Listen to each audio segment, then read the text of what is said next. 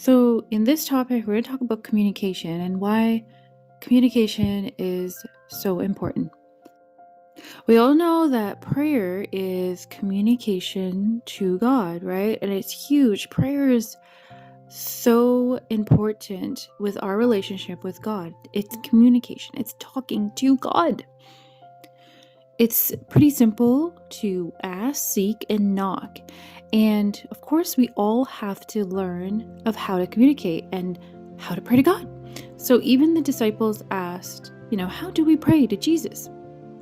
Sometimes we don't know what to say, and that's where tongues, like the gift of tongues, can help with prayer and what to say. This giving you the right words, a message to God. So yes, prayer can change things. And also we can learn from God when He said in the beginning, when God created the heavens and the earth, right? He said, let there be light. He spoke, and that's Him communicating, and things happened. And that message is for us to learn from God who He is and how important it is to communicate. And of course, we might say, oh, well, what if you can't talk, you're mute. So there's different ways to communicate. So we know of the nonverbal. So nonverbal communication is not using your voice, right? Not using your words. There's visual communication. So this can be like sign language, right? So if you don't know how to speak, it could be body language. Then there's, verbal, of course, that's the spoken words communicating, and then written. So you can write a text message, a letter, that kind of thing. So it doesn't only have to be your spoken words when you communicate. Communication is so much more. So we can communicate to God in other areas as well. And towards people, right? Physical communication, your body language when you talk says a lot about your communication with others. It's so important to communicate. Like when we go to therapy, you will have to talk about it. You have to get it all out of your, talk about the situation, talk about what you're going through, and that in a way helps you when you talk. Sometimes in certain situations, there's where you need to be silent and you need to listen rather than talking too much.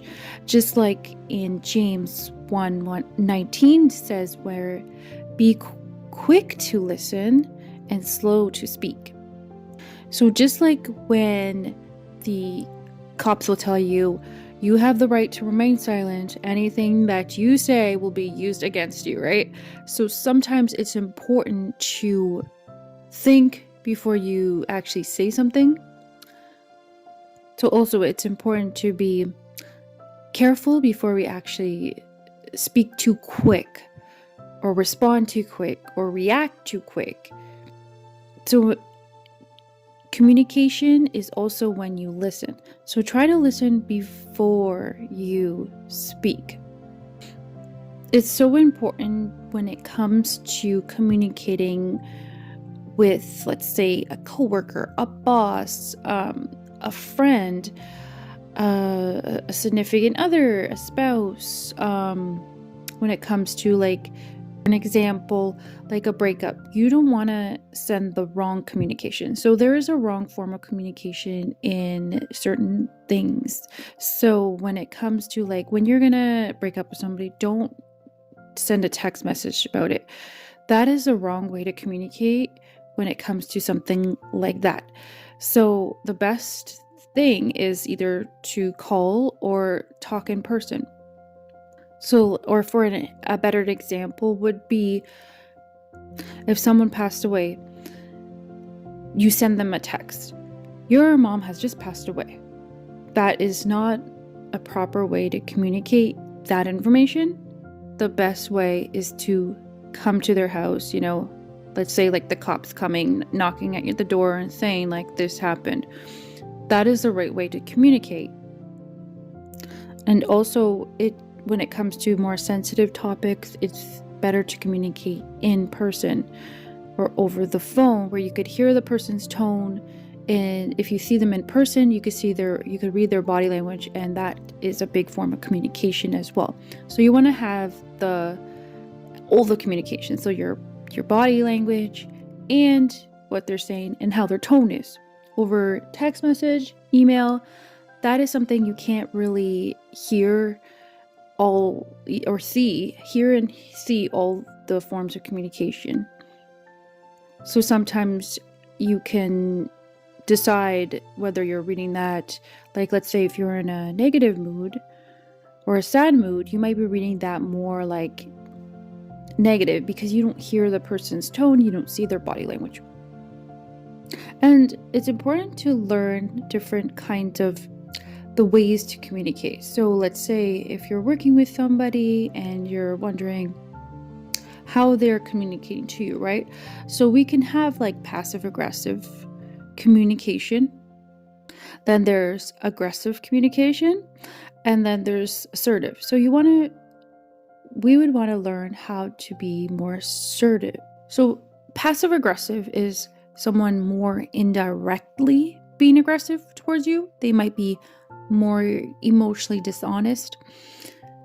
They might be the ones who are ignoring you, refusing to communicate at all, like withdrawing and indirectly expressing their negative feelings without addressing the actual circumstance that's causing it in whatever's going on.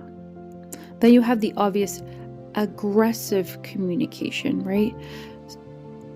So that's obviously when you're directly, but you're more of attacking and blaming, controlling, putting others down, overpowering, not showing appreciation, intimidating, and not considering the other person's feelings.